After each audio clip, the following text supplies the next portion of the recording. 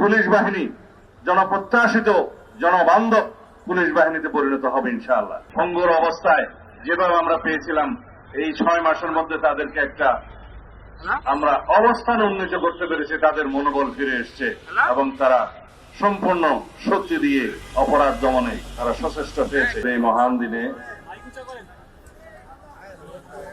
আমাদের এই বিশ্ব ব্রহ্মাণ্ডের সর্বশ্রেষ্ঠ মহামানব হযরত মুহাম্মদ মুস্তাফা সাল্লাল্লাহু আলাইহি ওয়াসাল্লামের জন্ম হয়েছিল এবং তিনিও তার ওফাত দিবসে তাকে রব্বুল আলামিন সৃষ্টি করেছিলেন।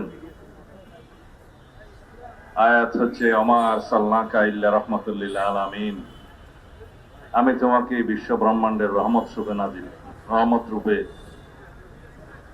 পয়দা করেছি, প্রেরণ করেছি।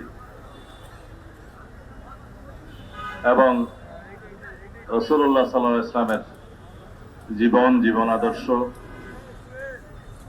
এবং মেসেঞ্জার হিসাবে তার কর্ম আলোচনা করার মতো যোগ্যতা আমার নেই। এই উপলক্ষে সারা বাংলাদেশে, সারা পৃথিবীর সকল মুসলিম দেশে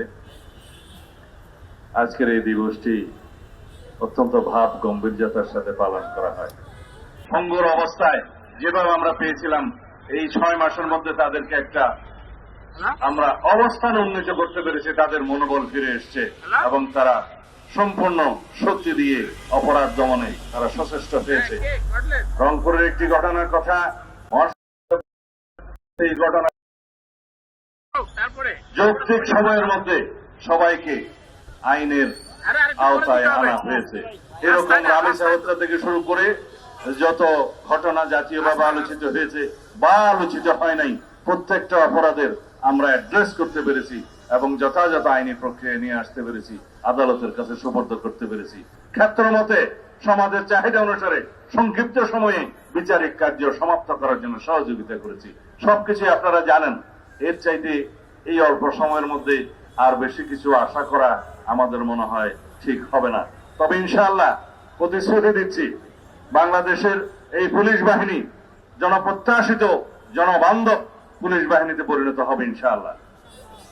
অন্যান্য শৃঙ্খলা বাহিনীর আইনি কাঠামোয় পরিবর্তন আনা হচ্ছে এবং তাদেরকে যেমন অ্যাকাউন্টেবিলিটি এবং তাদের জবাবদিহিতা নিশ্চিত করা হচ্ছে, তাদের কর্মকাণ্ডের ট্রান্সপারেন্সি, স্বচ্ছতাও নিশ্চিত করা হবে এবং তাদের জন্য যেমন আমরা বলি দুষ্টের দমন শিষ্টের পালন নীতি অনুসরণ করা হচ্ছে, তাদেরকে আমরা পুরস্কৃত করছি, অ্যাওয়ার্ড দিচ্ছি, সনদ দিচ্ছি, বিভিন্নভাবে পদক দেওয়া হচ্ছে ভালো কাজের জন্য, তাদের কৃতিত্বপূর্ণ কাজের জন্য। তবে আমরা দুষ্টের পালনও করব।